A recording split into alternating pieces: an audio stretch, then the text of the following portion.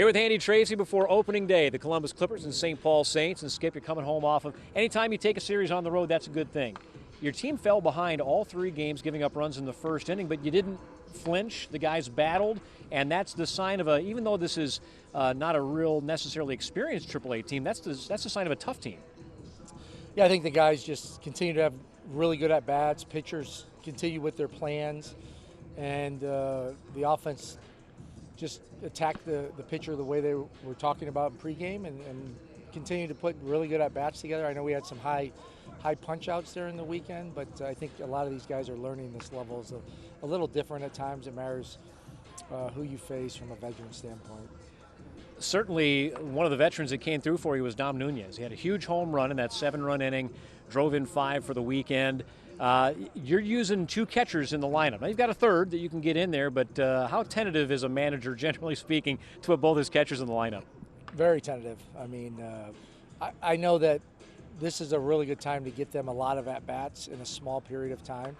As the season goes on, it's hard to get them that many at-bats, so trying to get their feet underneath them and get them some quality at-bats here the first 10, 20 days, and we'll go from there.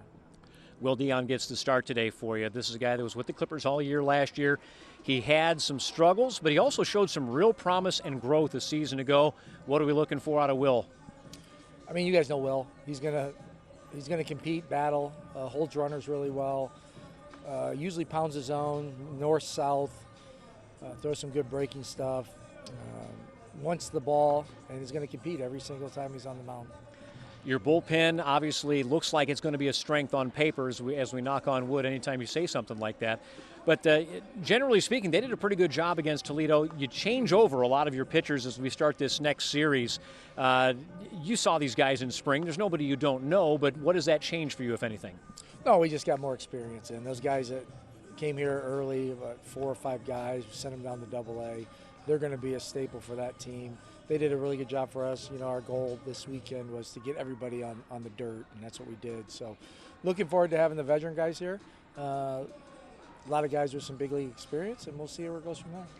It's the home opener here. You had an opening day in Toledo, which is always a big deal in the Glass City. You're from that part of the state, as am I, and we know what it means up there, but it means something here too. As a guy that's worn the uniform for a lot of years, do you have a special memory of an opening day, or do they all kind of run together for you? Wow.